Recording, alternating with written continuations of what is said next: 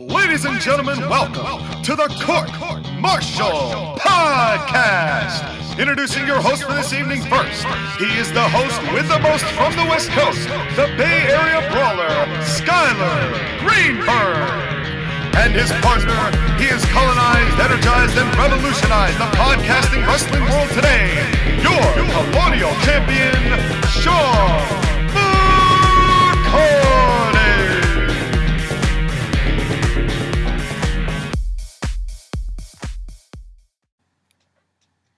He's got the whole world in his hands. He's got the whole world in his hands. Amen.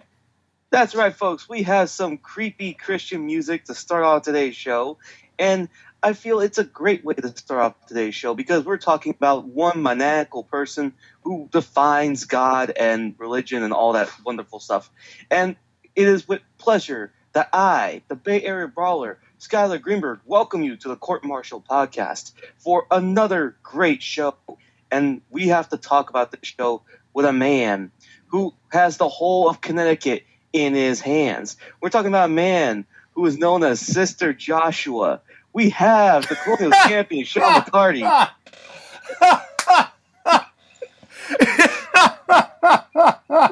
It took me a second to put that together, but that was really funny. Well done, sir. That made me pop. Welcome, ladies and gentlemen. It is Monday Night Court-Martail Podcast, our second Monday night show. And you want Wyatt, you got Wyatt, and we've got a lot of Wyatt to go around. But before we get to any of that, what a tremendous intro that was, Scott. You got me there. You caught me off guard. And You're welcome. Yes, You're welcome. That was a welcome start to the show. Put us right in the new mood that we need to be, especially considering that we have a lot to talk about today, and we might as well jump right into it with a little segment we like to call The News. Roll it!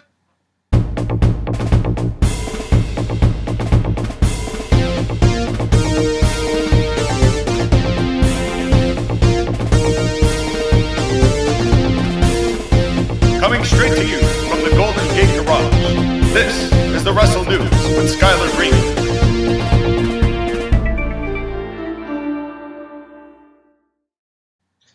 That is right, folks. It is the news of the week, and boy, was there a lot of stuff that happened recently in a few weeks. John, are you ready? Yeah, let's get this going. We've got a lot to talk. Well, let's begin with everybody's favorite stepsister, AEW, because everyone goes inside her and nobody comes out.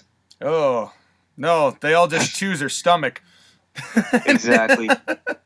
So, AEW has recently been in hot water for two recent controversies. Yes. The first one was the Nick Gage, Chris Jericho, Labor of Jericho match. That was a hardcore death match or something. And with Nick Gage using a pizza cutter, and then during the commercial break, as they fruits commercial, a Domino's pizza ad appeared. Amazing. I don't know, and they released a statement that Domino released saying we have to consider our future in advertisement of AEW television. My question is, do the people at Domino specifically sponsor AEW or TNT, and who do you get mad at? I almost feel like if they're questioning their putting on AEW television, then it doesn't really matter who's their advertising goes to. Because I'm sure that in some respect, there's got to be some level of agreement between TNT and Domino's if it is between those two of like, hey, AEW is kind of like ruining our stuff. You mind cutting them off? And I'm sure that TNT would respond in kind. But this whole situation, you can't write comedy this good. That's just, it's gold. That you'd have this idiot take a pizza cutter to Chris Jericho, who is very large and doughy, to Nick Gage's defense. And he cuts Chris Jericho, and the very next commercial, the next thing you see is a pizza cutter going through a steaming pizza. You can't write that kind of comedy. It's comedy for all the wrong reasons. I know, yeah. I don't get it. It's AEW, and the sad thing is nobody knew about Nick Gage before coming to this matchup, and nobody cared about him afterwards. So what the hell was the point of this? No, it was to validate everything that Nick Gage and hardcore wrestlers, or specifically deathmatch wrestlers, do. This is one of their people getting on national television, being seen by over 1 million people, do deathmatch garbage, and apparently they're okay with it. Everyone I saw that was AEW fans were like, Nick fucking Gage, Nick fucking Gage, Yeah. with excitement. Yeah. It's the dark... And anyone... He had a Dark Side of the Ring episode about him earlier this year.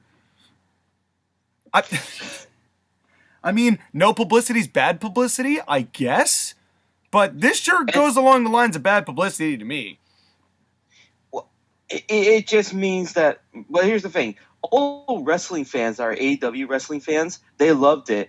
And you see the mainstream response from a Domino's corporation saying, yo, we can't be associating with this shit. Cut it out. Yeah.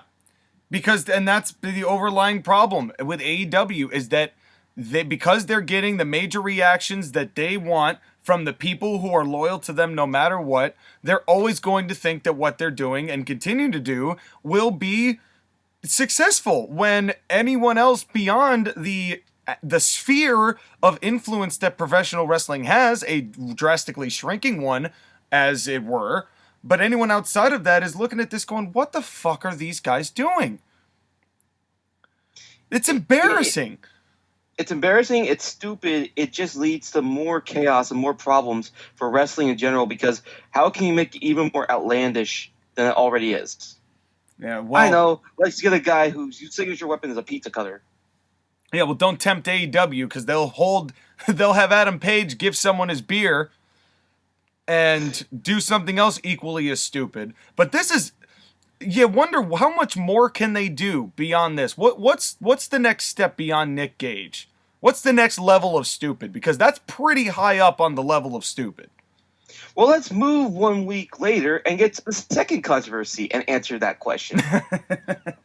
So, Max Caster of the Acclaimed was doing a promo for, well, not promo, but a rap on his way to the ring for an 8-man tag match on Dynamite on Dark. Now, AEW Dark. Now, to be clear, this Dark on the 2nd was filmed on Fight for the Fallen, which is a charity event that they do for victims of domestic violence and sexual assault, right? Okay, hold on. Before you continue, so what you're saying is that this was not live when this aired on AEW Dark. Exactly. They had a week to edit it. Oh, that changes things. Oh, yeah, okay. Continue telling the story, because we're getting ahead of ourselves here. So let me begin by reading the rap. Now, the I do not quote-unquote rap.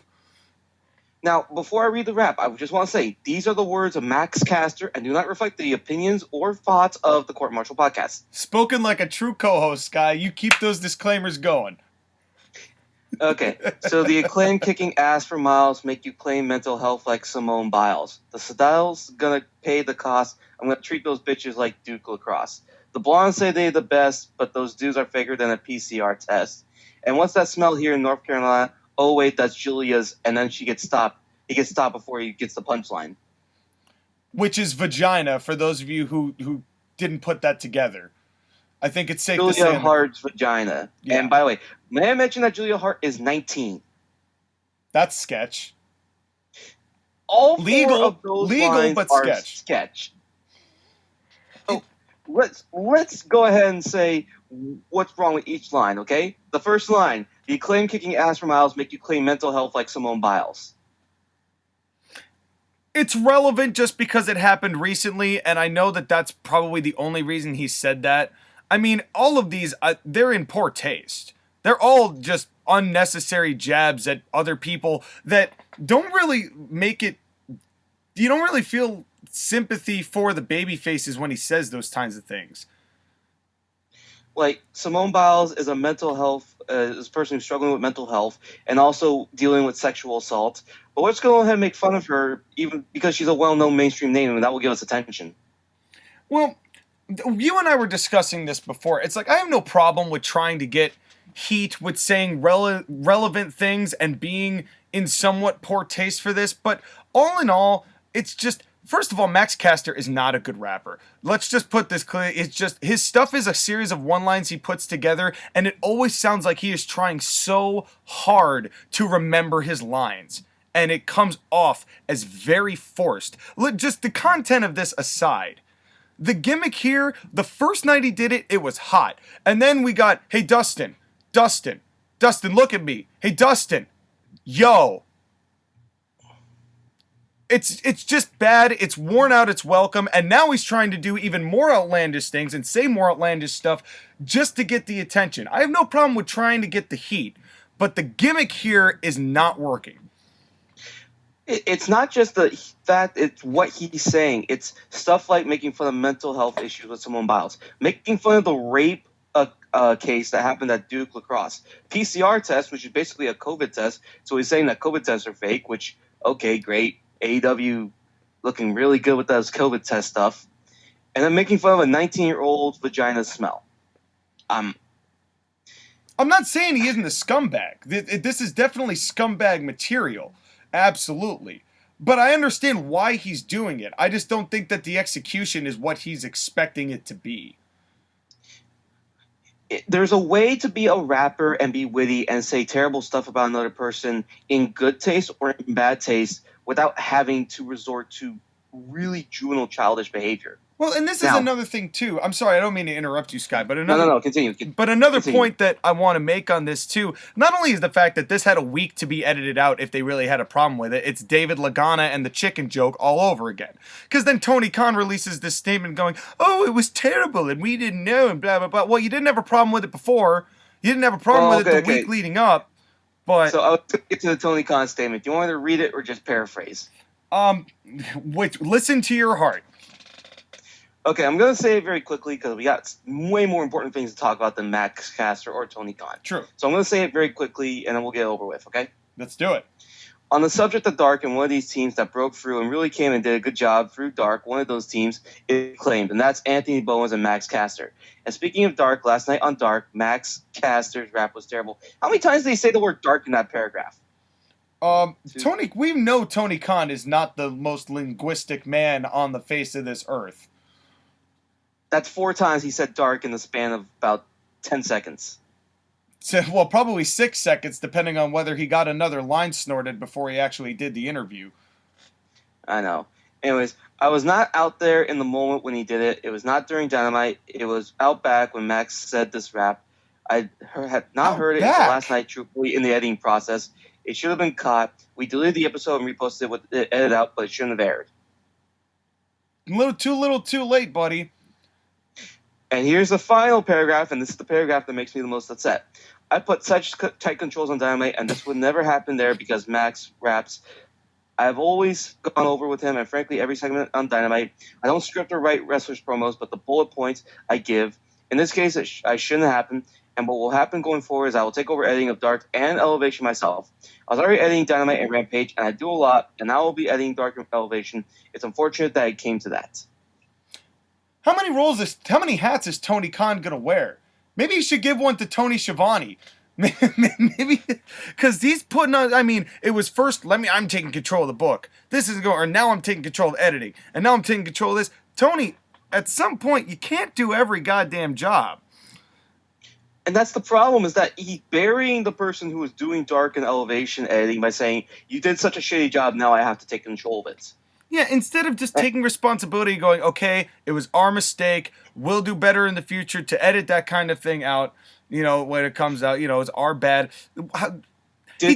I don't even hear the words, we're sorry, or I'm sorry. No. There's no apology in this statement. No, it's all more let's point fingers and then let's move on. And considering that they had Nick Gage with a goddamn pizza cutter and a glass and light tubes, him and Chris Jericho's abomination the week before, Max Caster saying a few disrespectful things is getting more like the bigger set of problems from Tony Khan.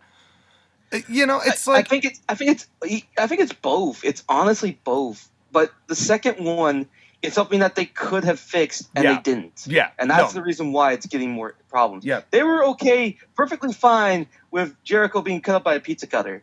Yeah. Yeah, that was fine until Domino's had a problem with it. Exactly. But it's sign of the times. It's the sign of the times. And the thing with Max Caster, and this is kind of where we'll cap this whole thing, because it's, without giving this guy any more attention than he needs. You mentioned it when we were talking about it before the show. It's that there's a way to get heat, and there's a way that you not to get heat. And it's all about where you direct that heat. And the problem with this rap, and the more that I read this and thought about it, is that he's not trying to put the heat on the baby faces. He's putting the heat on all these people he's talking about. Like, he's putting the sympathy on all of, like, the Simone Biles and the whole, like, all of the punchlines he's making. That's where all of that energy is going. You could argue Julia Hart is getting a little bit of it, and so are the Blondes because they're mentioned, but the first line was Simone Biles. The second line was Duke LaCroix. That's not even a person. That's just a college program. But you're making them think, when we're on the same page, you're making them think about them rather than thinking about how the baby faces should be angry and start going after them. But why would the baby faces be angry at that other than he compared them to somebody else and made that somebody else look worse instead of making the baby faces look worse? So this heat is misdirected. It's misdirected, and it's not going to help anybody. Ultimately, this is not going to help anyone. No. And they leave it to AEW to not do anyone any favors at all, ever. But what else is new? I could go into more AEW stuff, but now that I think about it, I really don't want to go into more AEW stuff. I was going to say, but they're not the only company who likes making nothing out of something. True. We're going to go to WWE in Stamford, Connecticut, and we're going to talk about a possible danger for SummerSlam. Ooh, okay. What's going on? Now, real-world life stuff is happening with the Delta variant of COVID, and WWE has had conversations with the Clark County officials about whether or not to hold SummerSlam in Vegas. And, John, I'm going to prepare you before I say these words. Thunderdome. WWE is considering having SummerSlam in the Thunderdome.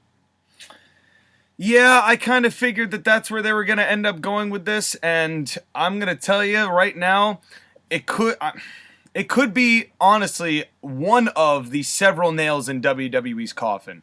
You just get people back, and then you pull it back, and even though it's understandable, and this is why they're doing it, there's going to be a lot of WWE's audience that goes, done. And that's it, and it will not get another chance. And this is going to be one of those actions that is going to, I think, push a lot more people away, and actually could get AEW close to WWE's ratings. I mean, they're not that far off. For now, though, masks are going to be required at SummerSlam in Vegas, and for the MSG SmackDown that's coming up, they're going to require proof of vaccination to attend that show. That shouldn't be a problem for New York. I mean, most of New England has been pretty proactive in that respect, so I don't see that, that attendance will fill up easy. I see no problem with the MSG show, in as far as that's concerned.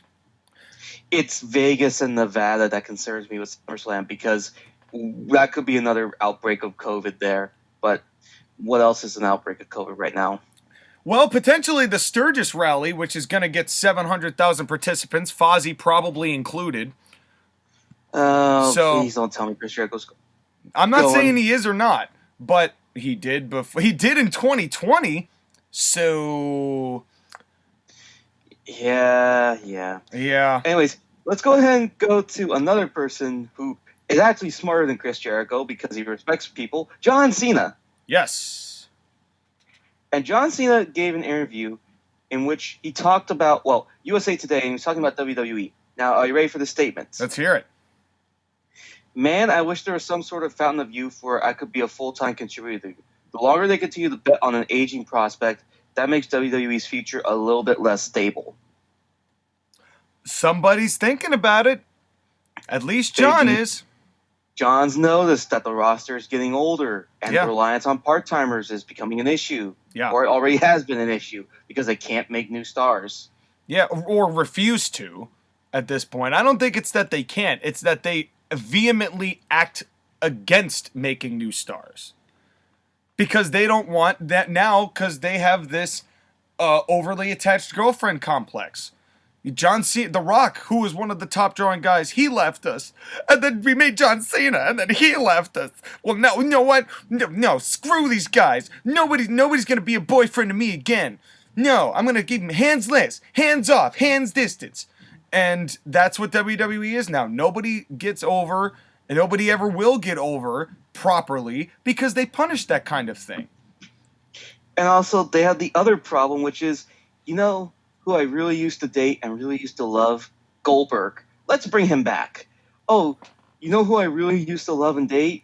The Undertaker. Let's bring him back. Yeah. They keep using these older people to try and prop up their shows, and the returns are diminishing each and every time. Yeah.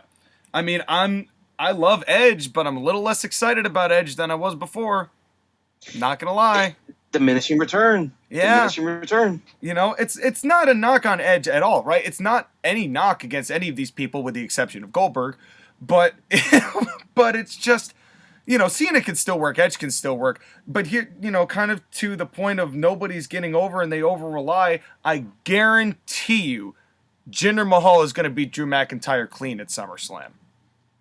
To put the nail in the Drew McIntyre coffin. To finish it off, don't. I swear to you. Please don't. I swear to you, you heard it here first. Clean win from Jinder Mahal. They're going to beat him flatter in a plate full of piss. Not to take a certain man's quips, if you will. But speaking of that man and some of the people he used to work with, and I hate that we have to do this. Yeah, me too. We end the news of the week on this. The passing of Bobby Eaton. Yeah. I was shocked. This happened at the time of recording. This happened this morning, and I don't know how much Bobby Eaton have you gotten the chance to watch, Sky? I've gotten to watch a little bit, and in the little bit I've seen, you can see why he's recognized as one of the best workers in the business. Yeah, Bobby, and we will have to watch another midnight match just for we'll have to get that onto a match of the week. Maybe this coming week. We'll do it, or this week as the airtime. We'll do it this week because we do have ACPW versus NWL next week, so we can add a little something in between as fillers. So we'll do a little tribute to Bobby. I think that'd be nice. And Bobby he never worked the same match twice, ever. He's one of those guys who can call any kind of spot. He's worked so much. He has so much experience, and Dennis Contree or him and Jim Cornette. I can't remember the other guy's name. Sweet Stan Lane. Stan Lane. I don't know why I forgot Stan Lane there. But Bobby Eaton, the Midnight Express was one of 3 or 4 tag teams in the late 80s, early 90s that was on top of the world. Yeah. It was them, the Rock and Roll, the Road Warriors. They were tag team wrestling personified. Yep. And Bobby was very much a part of that. I mean, was crucial in that. I mean, Midnight, I love Jim and I love Dennis Condrey and I really love Stan Lane, but none of those guys thrive in their respective roles without Bobby Eaton. I mean, there was something about him, and you look at him and he doesn't really have like the look. He, as far as like being like the chiseled guy, he's kind of more little clunkier, a little more like meat and potatoes kind of wrestling, but it almost the Jerry Lawler brand of what an old 80s style worker and 90s looked like. But he was incredibly athletic. I mean, he had all the moves. He always had to get a top rope spot in a lot of those mid to late 80s tag matches. You could see him trying, but that top rope move was never the same, no matter what match it was. And he's one of those guys that you could tell he thought the business. He knew how to get the people eating out of his hands and get the reaction he needed, whether they were going to be heel or face. And by all accounts, was one of the nicest dudes imaginable. Just so genuinely thoughtful and caring and loved the business, loved the people around it. And yeah, how old was he? 62? 62. Unfortunately, he was suffering from diabetes.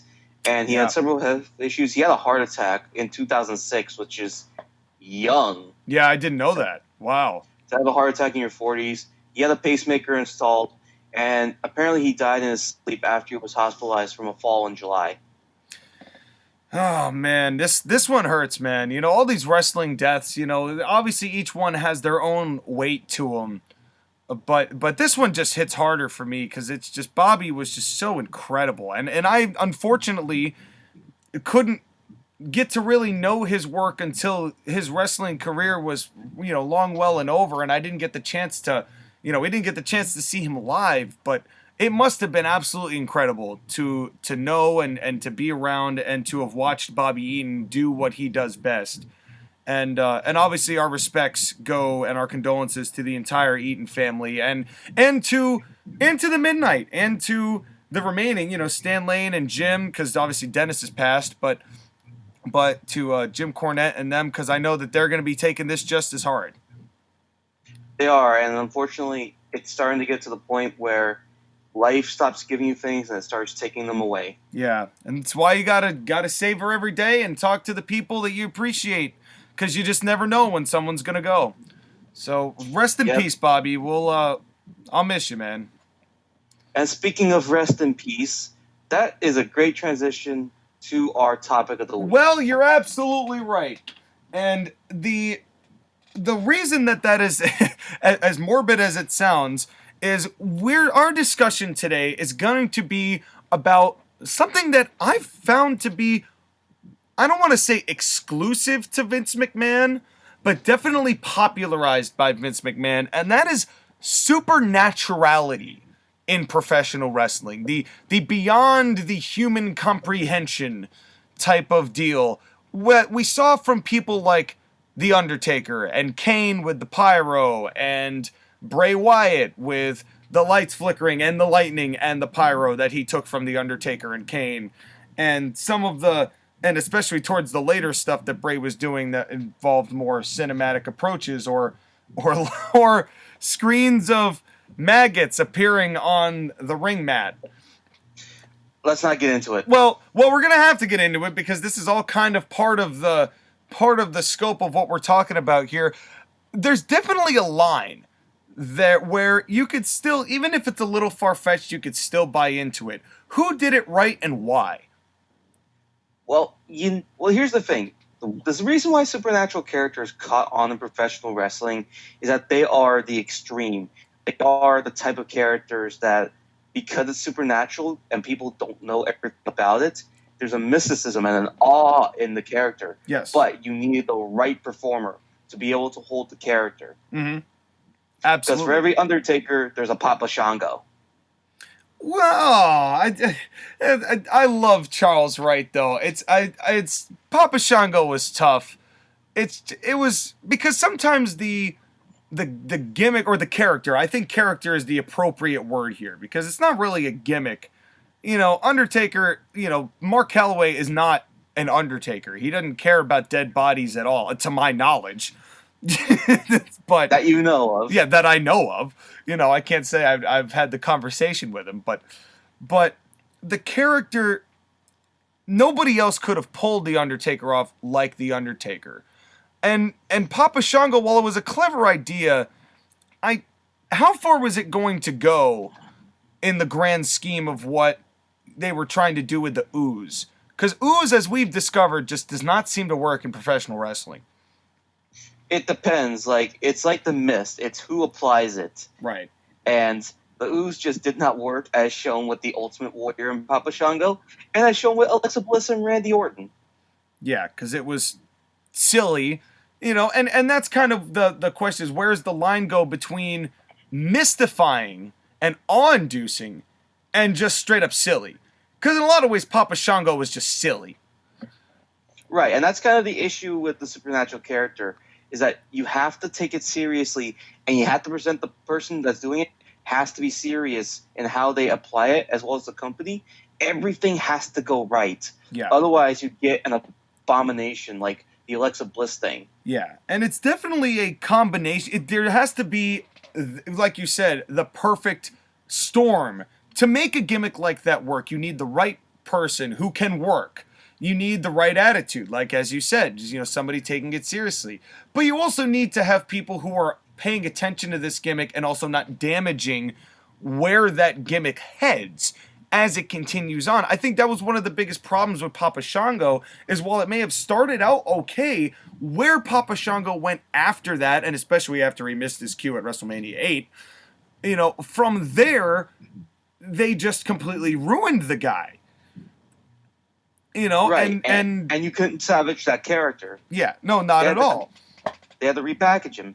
And part of the reason, and I know we're going to talk about him a lot later, but think about the swamp gimmick that Bray Wyatt had. That could have been the perfect storm, but after 6 months into it, he gets beaten. He gets beaten. He gets beaten. He gets beaten. He gets beaten. He gets a win on Raw. He gets beaten. He gets beaten. He gets beaten.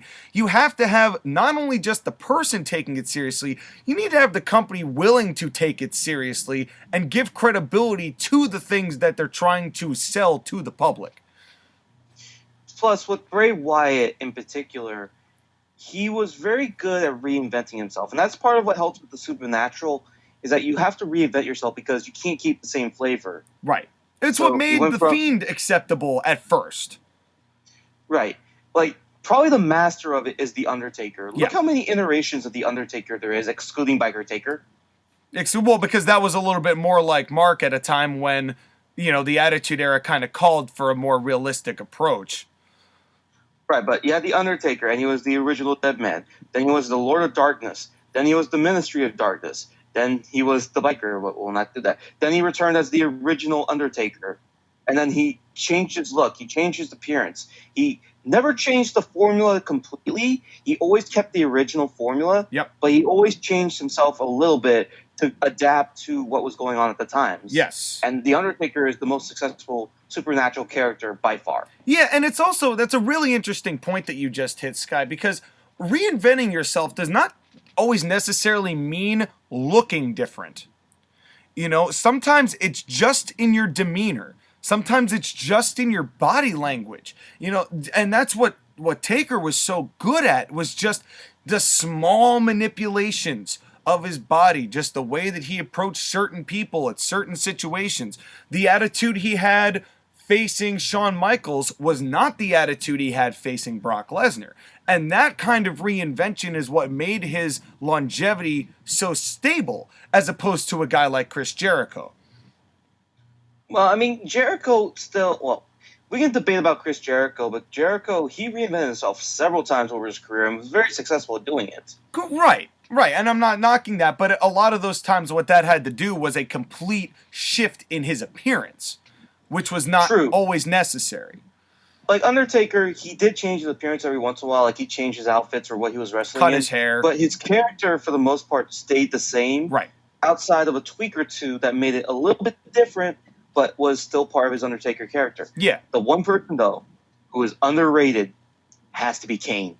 Absolutely. You can't talk about Undertaker when you can't talk about Kane. Yes, and this is kind of to bring home the point of having the company take what you're doing seriously as well.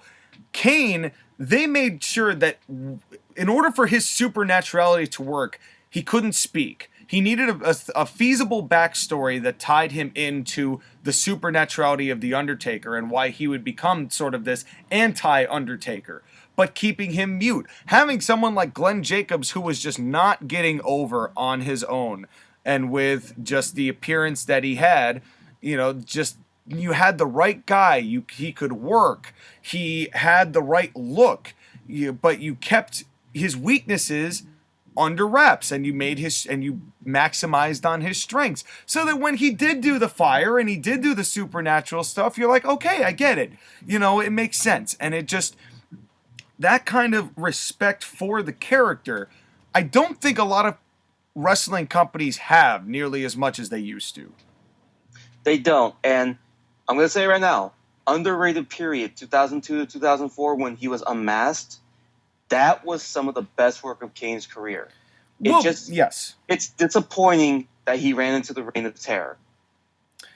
Yeah, it's the good thing is, at the very least, that when he ran into the Reign of Terror, he ran into it before he took his mask off, but had to endure the Katie Vick angle. So I don't know if that really, I don't know if that's the comparison I was trying to make it.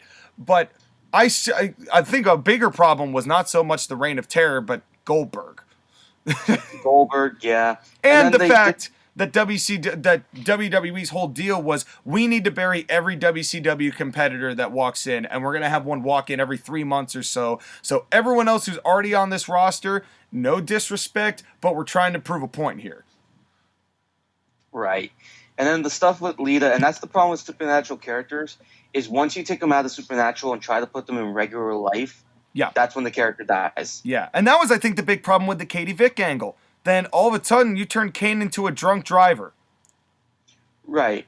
Or Bray Wyatt having the Wyatt family and then being the face of fear, and then now he's just floating around. Yeah, and then he did just nothing.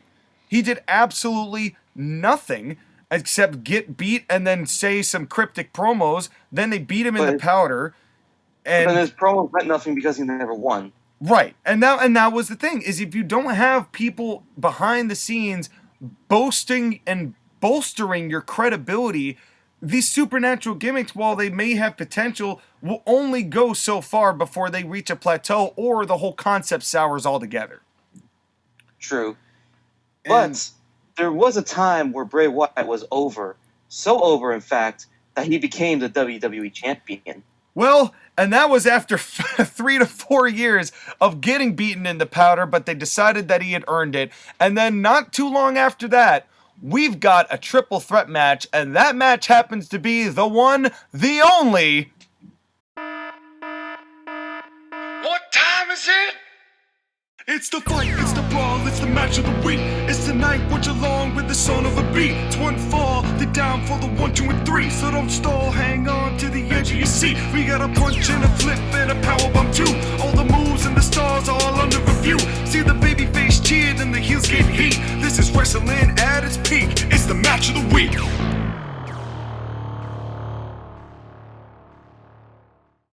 That's right, folks. It is our match of the week. From SmackDown this time.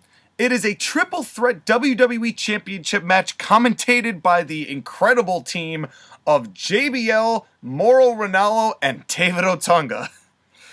What a weird fucking commentary. What a commentary booth. It is John Cena versus Bray Wyatt versus AJ Styles in what was probably a 10-minute match when it was all said and done and all the intros were finished, and a surprise appearance from Luke Harper. What did you think of this match? So this match on February 14th, 2017, Valentine's Day. Oh, happy Valentine's Day. Happy Valentine's Day 2017, 4 years ago. This match was good, but there were problems with it. There were many problems with it. Yeah, the difficulty is, that it's just a SmackDown match, so not a ton is going to happen here, even though the crowd was very into it. I was surprised. Well, this was at the time when SmackDown was doing everything right. Yes. Late 2016, early 2017 SmackDown was the best wrestling show. They were killing it. They were totally killing it. Yep, and these three guys, it was just after Elimination Chamber. John Cena was the champion and lost it to Bray Wyatt. And AJ was in there too because Bray and AJ were the last two in the chamber. Yep. And this is the triple threat match because both of them wanted rematches, and Bray Wyatt said, "I'll take you both on at the same time." And it'll lead up to WrestleMania 33, which we'll talk about in a minute. Yeah, because the first thing I wrote down is Wyatt is champ. Thanks, Randy. And that pretty much sums that up. This match, it was really fast-paced. It's a triple threat match. It was fast-paced. It had moves. The moves were good for the most part, and we'll talk about a few that weren't. It was very fast-paced, but the crowd was into it, and these three do work well together. Yes, they do. But we have to talk about the opening with the entrance of Bray Wyatt and the surprise guest of Luke Harper, who shows there, does his big bulgy eyes, punches Bray a little bit, and then leaves. And this was all because Luke Harper was the spinoff of the Bray Wyatt-Randy Orton feud, which, by the way, for your Season 2 of Booking Calamities, you gotta do Bray Wyatt and Randy Orton at WrestleMania 33. Ooh, I like that. I really like that. And by the way, that's actually a good point to pause. Rebooking Wrestling Calamities, a new video that is going to be showing on the Court-Martail podcast with any luck is going to be going up either next week or the week after. I know I said that exactly. I said that last week, but we actually filmed some this past week, so we're actually getting it together. It's almost ready to go. The first one you're going to see is Victory Road 2011, and it's only going to get better from there. But could you try to rebook that WrestleMania 33 match with Luke Harper being involved like he should have been? I will definitely take that into consideration. I will put that down on my list, because I have a list. I'm starting to come up with more even into Season 3.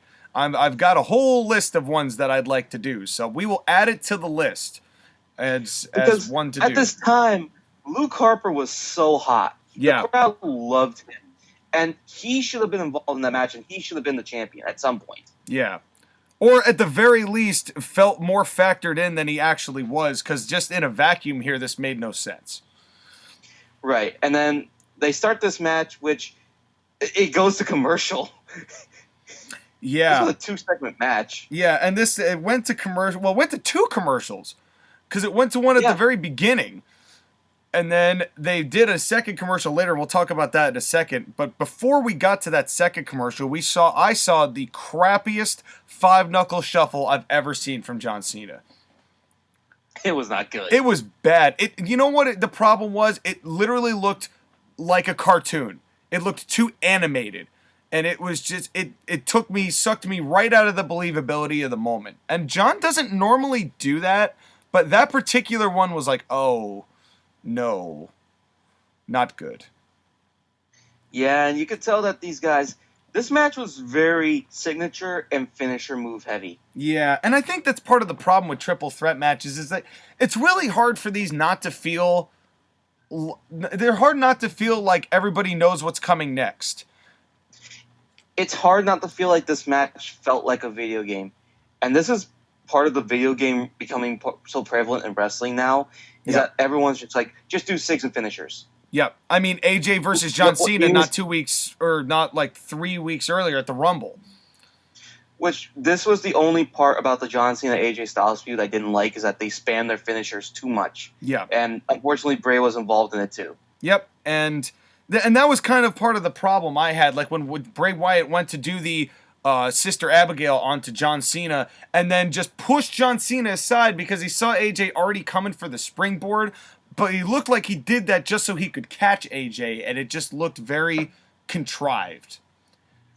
It did, and the stuff that, like, John Cena doing the AA and then AJ Styles kicking out, why was John so surprised? Yeah, because one AA does not defeat anyone, which ever. And that was... Especially AJ Styles. It takes at least 6 or 7 and one from the second rope. Yep. And then John hit an AA onto AJ Styles, and what was with the angle of that? Did you notice that? He, like, instead of putting him on his side, he, like, landed in front of John. I think it was just that John rotated himself so that he was facing AJ so he could get a quicker pin, which... It's a good strategy, but it just kind of looked awkward. It looked awkward just for what we've known the AA to be established as. It was just weird. And then we go to the break, and we come back from the break. No. Before the break, Bray Wyatt does Sister Abigail to John, covers him, and then AJ Styles comes in with a second row jump. He didn't even touch Bray or John. Oh, yeah. He just completely whiffed, and I think that was supposed to be a different camera angle. Way to go, Kevin Dunn. Supposed to be a different camera angle. Anyways, but they used this to go to the break. They come back. This might be the best comeback from the break spot I've ever seen, for the same reason that I laughed at the Dominoes thing. They come back, and AJ hits a splash on the Bray Wyatt on the table that's supposed to break, and it didn't break. And AJ, you could tell on his face he was so pissed that the table did not break. He was pissed that he knew. That he went back to repeat the spot and do it again. And he did a leg drop instead this time, so he made sure that his ass hit the right spot. He made sure that table was breaking that second time around. You could see it from the way he was angled. It was so funny. I was like, I couldn't help but laugh. I'm like, oh, that's unfortunate. Well, the table just had to say, "I am the table." And for every table spot that they do, they have a table spot that it doesn't give. And it's like, this is why I think that there's just way too much gratuitous use of the announce tables nowadays. It's like every pay-per-view, it's like, oh, here's the mandatory announce table spot. Every single time. It's used way too often. And then here's a dumb thing. AJ gets back into the ring. John gives him an AA, and then John does a roll through, tries to give him another AA, and then AJ reverses it into the calf crusher. Which I'm almost positive they did that exact same spot at the Rumble. Which they did, but that's the thing though, is that they're repeating their match spots, and the problem with that spot is that it looks great, but it's like, AJ, you took an AA, couldn't sell it? No, well, AJ and John Cena's whole feud was about not selling everything that they did. Which is why at first it was great, but like you look back on those matches, and it's like you start to kind of get the disconnect from it. It's like, all right, guys, like wrap this up. It's not just that it's a wrap up. It's one of those things where like, okay, do something different that doesn't involve your finishers. Yeah, and they couldn't, because then it was just finisher after finisher, and then Bray Wyatt hits the Sister Abigail on John and gets a clean pin from John. Well, it wasn't just a clean pin from John. Like, they go through a series of different finisher reversals and finisher moves. John hits the AA on Bray Wyatt, and Bray Wyatt kicks out. Yep, because one AA doesn't kill anybody. Apparently not enough. And AJ does the Styles Clash, covers John, and John kicks out. Yep. And we're just getting all the finishers out now. Yep. AJ goes for the phenomenal forearm. John blocks him, and then Bray hits AJ with Sister Abigail and ends it. It's John with the Sister Abigail and ends it. Yep. Because AJ, and this is the one thing I will give them credit for. They knew that AJ was going on a pretty massive run, and especially one that was going to last for the next, like, year and a half. They made sure not to pin AJ to keep him intact, because John could take the loss and not be hurt from it at all. AJ, if he had taken that pin, it'd be a different story. But let's review what each of these guys' WrestleMania 33 matches were. Oh boy. Oh, is this the AJ year that? Styles, Oh no. hold on, let me get it. Oh, so no. AJ Styles versus Shane McMahon. I was just about to say, is this the year that they had that match? And that was the match of the show. That was the best match of the show. Oh my God, Jesus God. John Cena and Nikki Bella versus The Miz and Maurice. I was wondering if that was the year that they did this. Jesus God, what was this WrestleMania? And the year that John Cena proposed to Nikki Bella, and look where that went. Yeah, exactly where we all expected it to go. The Miz was right all along, son of a bitch. Yep, he's like that sometimes. And Bray Wyatt lost the WWE Championship to Randy Orton after Randy Orton had a snake come down the ramp. Had a snake come down the ramp, bugs appeared on the screen, and then one RKO. Bray Wyatt is the only human being on the planet who will always fall to one RKO. All it takes is one. And now it's one and done because... do you have any final thoughts about this match?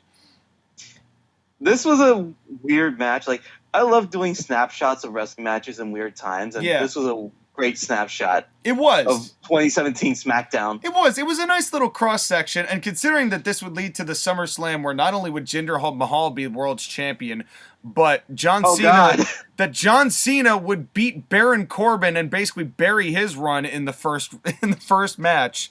That's where this was all headed. And AJ Styles being stuck in the mid-card for most of 2017 until he randomly won the WWE title before Survivor Series. What a time to be around, and all that one man wanted was to be on television and for you at home to let him in. And this is where we're going to transition here. It is time to talk about the most recent release from WWE, which I'm guessing is why we did not get it on the news, because we're going to talk about it now. Bray Wyatt, Wyndham Rotunda, formerly known as The Fiend. South Carolina Championship Grappling's property now. That's right, and sole property now. So let's see what he's able to make of it. This man, from what I know of him, and I don't know much of his earlier work beyond FCW, but I don't know if there's much beyond FCW. Because that's when I first heard of him, was as that developmental program was going.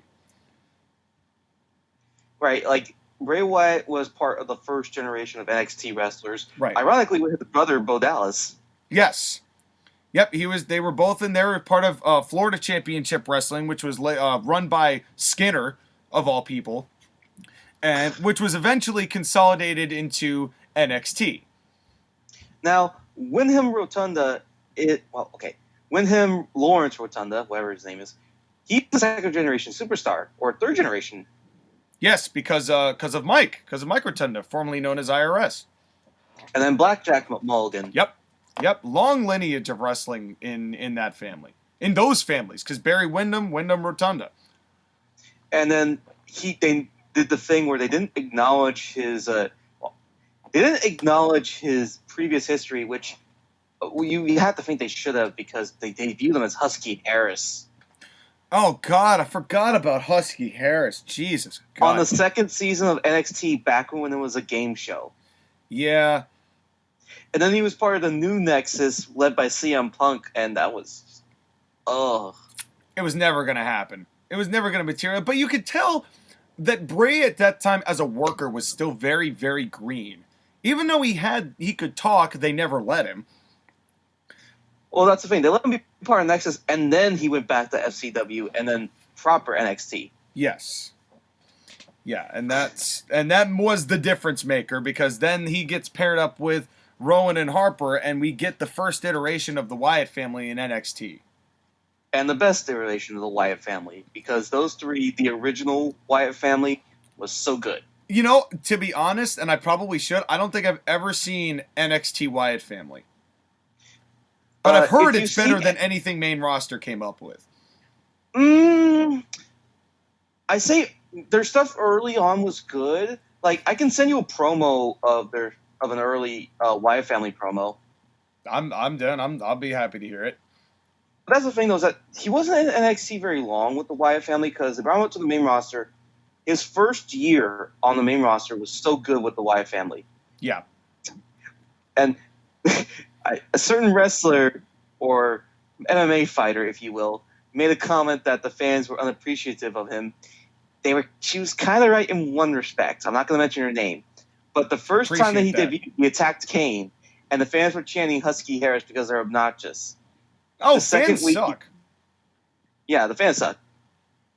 We're the most self-loathing people on the planet. We love wrestling, and we are wrestling fans, but we, as wrestling fans, suck sometimes. Yep. And then but that's the thing, though, is that they did the Husky Harris chants. The second week, they do the Husky Harris chants again. He cuts his promo, and they never chanted that ever again. Yep.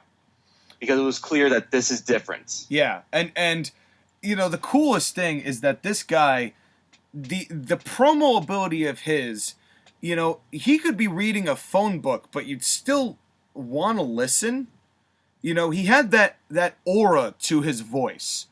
And when he turned those big bulging eyes, and you could tell the influence from from the old Dan Spivey, Waylon Mercy days, you know, where he got a little bit of that gimmick, and you could see that he gleaned a little bit of that concept from him. And perfected it, obviously, because he's not Dan Spivey. Right. Now, I will say that when he debuted in, 2014? Yes. On the main roster, I was 18 or 19. I wasn't scared of much stuff. Like, at that point, The Undertaker and Kane were not scary to me. Yeah. When Bray Wyatt appeared, he was legitimately creepy, and he was scary to me. He was mystifying. Yeah, no, absolutely. You could tell immediately. He's got a charisma, but it's not like I'm smiling and exuding charisma, but then there's something about him and his intensity that it's palpable. And they missed such an opportunity to have him actually beat John Cena at WrestleMania. It feels like Bray Wyatt's career is a bunch of stalled pushes, because every time he was building up momentum, they beat him. Stop, start. That's all they did. There is a case that Bray Wyatt should have beaten Taker at 31. Taker should have beaten Cena at 30. Should have beaten Taker at 31. Yep, there's a lot of Wyatt that that was the most frustrating part, I think, of Bray Wyatt to me. It's that every time that he would get some momentum or he was starting to look good or his matches were starting to crisp up, all of a sudden he'd get a head-scratching loss, and it just killed his credibility. Like, look at the stuff with 32 and the Wyatt family confronting The Rock. Yeah. Oh, God, I didn't even think about that. And John Cena was there, too. By the way, John Cena, you say that the part-timers beating the current talent is not good, but you are doing it, too. So don't exactly come at us like you know what's going on. You're part of the problem. Well, I'm sure he recognizes that, which is why we haven't seen John in quite some time. But on the same token, there was no justification for them. The Rock beat Eric Rowan in 6 seconds. Why don't you just piss in his mouth while he's down there? Yeah, and then take a shit on him. It's like, and this is just the thing that just boggled my mind. And really, we were talking about how WWE refuses to get people over. The real prime example of that in action throughout a career is Bray Wyatt. Because he was getting over, and they tried everything they could to stop him from getting over. As soon as they heard the crowd start to get behind him again, they're like, gotta put an end to that. Right, like when they were doing the SmackDown 2016-2017 run, and Bray Wyatt got Randy Orton to join the Wyatt family with him and Luke Harper, and they won the Tag Team Championship, and then Bray Wyatt won the WWE title, and no WrestleMania 33. No, instead, let's get some grubs from a projector above the ring. And that didn't help his case either. Then they started doing some really goofy crap with him that started to really damage his gimmick. Need we mention House of Horrors match? Which was done purely to counteract the completely irrelevant TNA at the time, because they finally got some publicity and struck gold with Broken Matt before that got way out of control. And then WWE hired Woken Matt Hardy, and Woken Matt Hardy and Bray Wyatt became a tag team. Which I loved! I loved that idea. And it gave Wyatt a shot in the arm. And then what happened? People started liking it, and they broke them up for no reason, and that was the last we saw of it. They lost to Curtis Axel and Bo Dallas. Yeah, they lost to the B team. If that doesn't sum up Bray Wyatt's career up to when he lost to Finn Balor in a record amount of time without even the Demon being there. By the way, we should. I'm sorry, the Demon was there. My bad. The Demon was there when he lost to Finn Balor. My bad. By the way, that's another thing too. I didn't like that tag team with Matt Hardy because I felt like it was a downgrade for Bray Wyatt. I could understand that, but when it comes to momentum, Matt Hardy definitely had more of it than Bray did. True. It's unfortunate. It is what it is, but unfortunately, Wyatt actually did get elevated to some degree because Matt was there. Right. Then 2019, arguably his best run in WWE, the introduction of the Firefly Funhouse and Mr. Creepy Rogers. Yes, which I thought was another. We talked about reinventing yourself. How great a reinvention was this? And I remember, I think you, me, and Joshua, when we first saw it, we were like, I'm going to hate this, aren't we?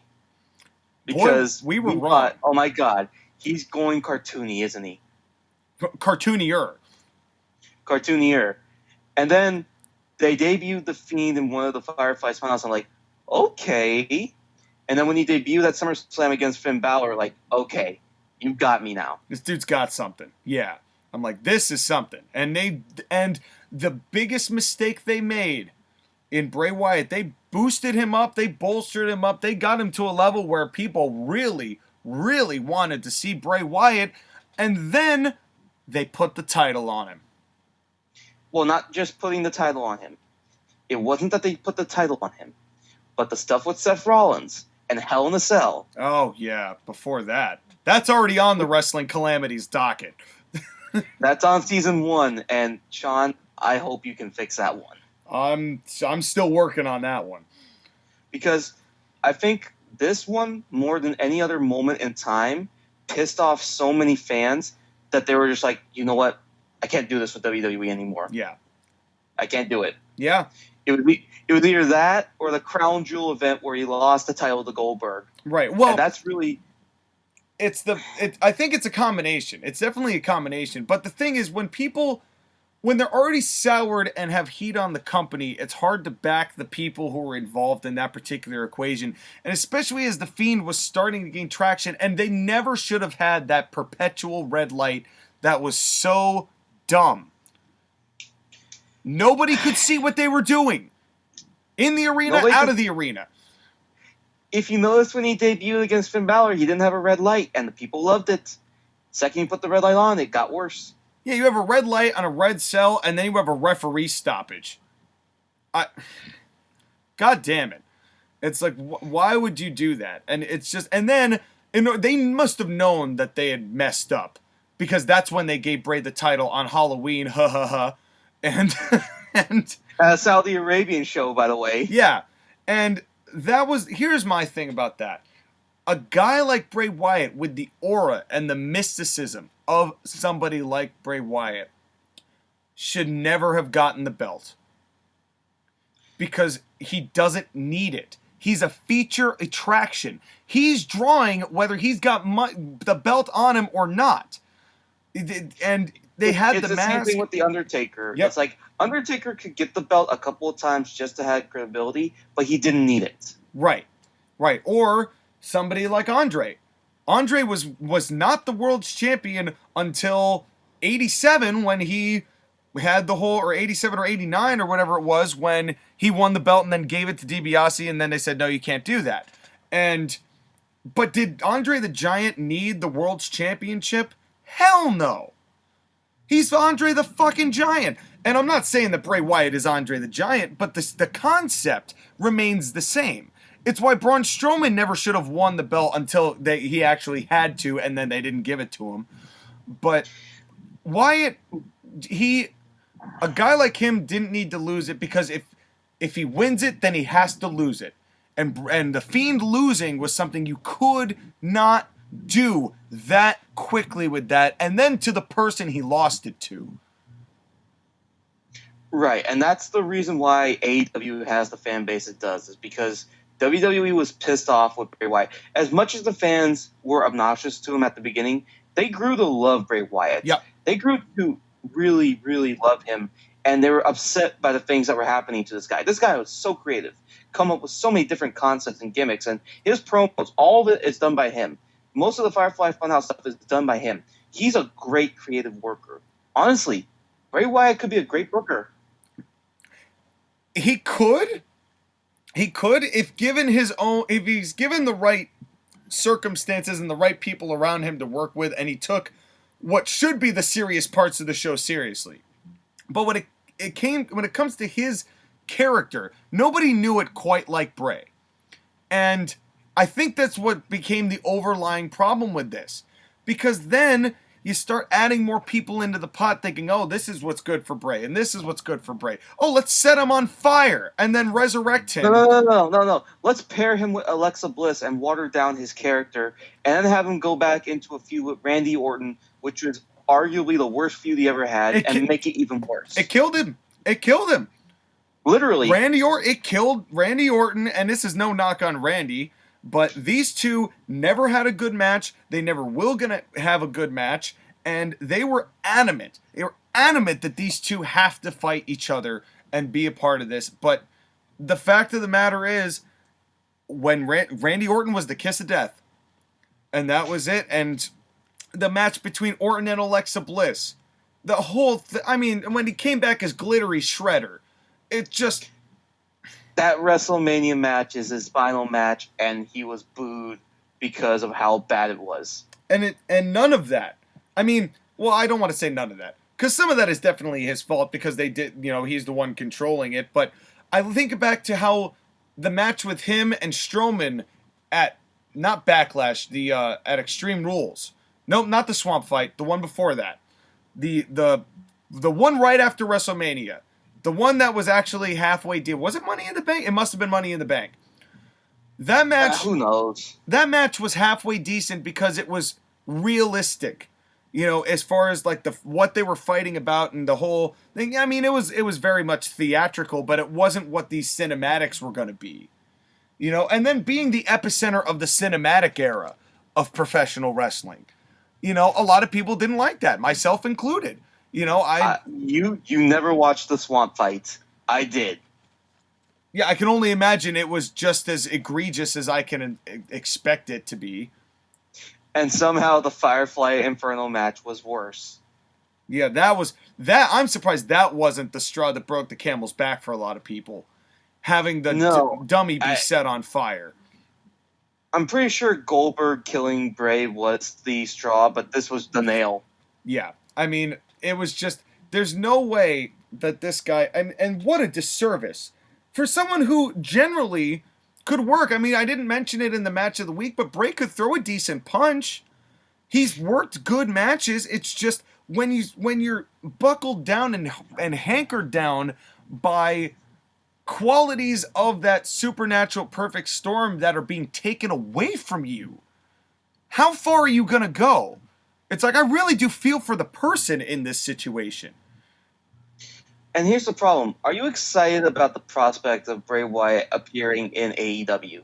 Because Cody Rhodes has talked about it. I'll tell you what. I know this is going to...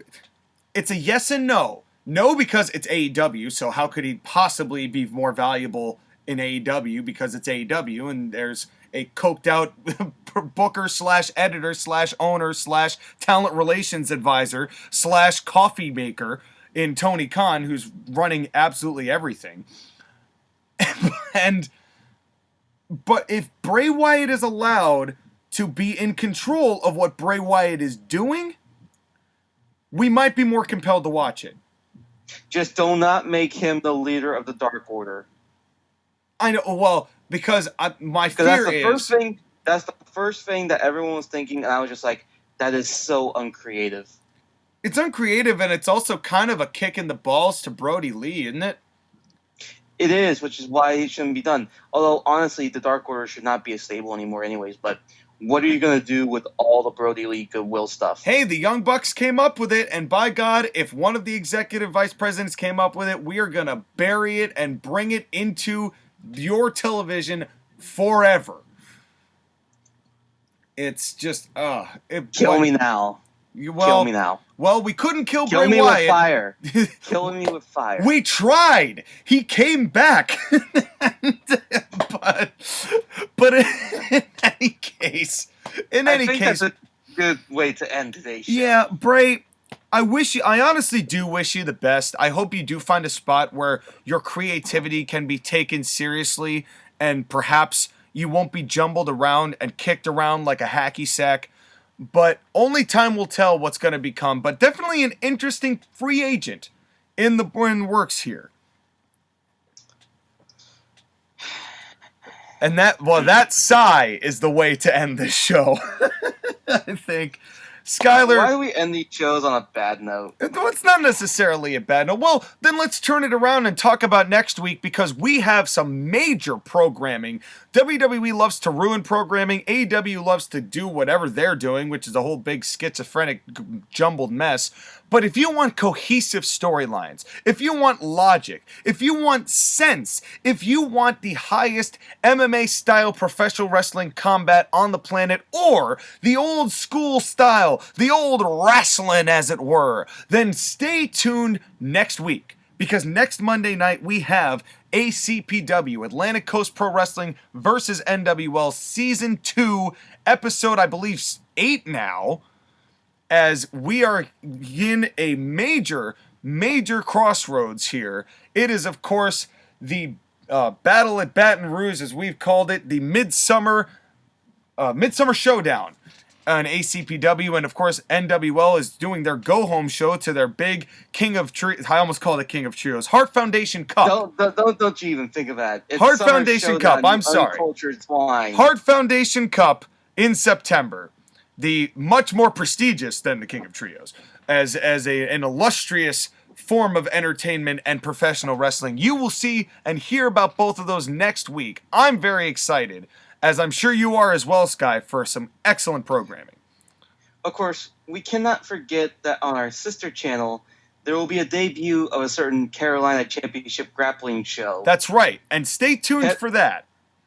Headlined by Nick Gage versus Santino Marella. So if you want to hear that kind of programming, the Outlaw Bud Show to our major programming, stick around for that on TAW Gaming, which you may or may not find us with our ears and eyes asphyxiated to the screens forcibly by Josh Ageddon, the Clockwork Orange style. But why don't we Thank you, Sister Joshua. So why don't we get some shut-eye while we can and call it for this week. Sky, thank you very much, as always, for coming along and being a part of this wild ride we call the Court-Martail Podcast.